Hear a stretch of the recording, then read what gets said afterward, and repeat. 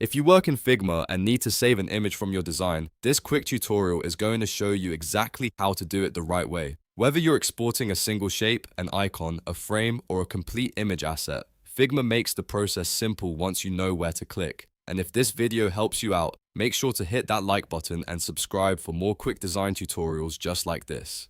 Now, let's get started. First, open your Figma file and go to the canvas where your design is located. The very first thing you need to do is select the item you want to export. This could be a specific layer, a shape, a logo, an illustration, or even a full frame. Just click directly on the element in your canvas and make sure it is highlighted in the Layers panel so you know you have the correct item selected. Once the item is selected, look over to the right-hand sidebar. This is where Figma keeps all the design properties, including position, appearance, and export options. Scroll all the way down toward the bottom of that sidebar until you find the export section. If you do not see export options right away, make sure the correct object is still selected because export settings only appear when something is active. Now click the plus icon next to export. This opens up the export settings for that selected item. Here, Figma gives you the ability to choose exactly how you want your image file to be saved. This is where you can control the file type and the resolution,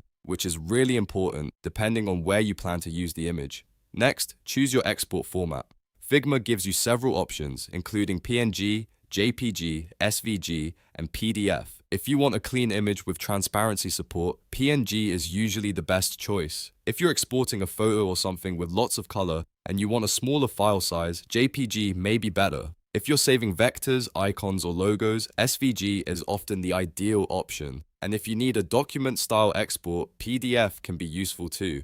After choosing the format, select the scale. You'll usually see options like 1x, 2x, or even higher depending on what you need. A 1x export gives you the standard size, while 2x is helpful if you want a sharper, higher resolution version for retina displays or detailed presentation use. If you're not sure which one to pick, 1x is a safe default for most cases, and 2x is great when quality matters more.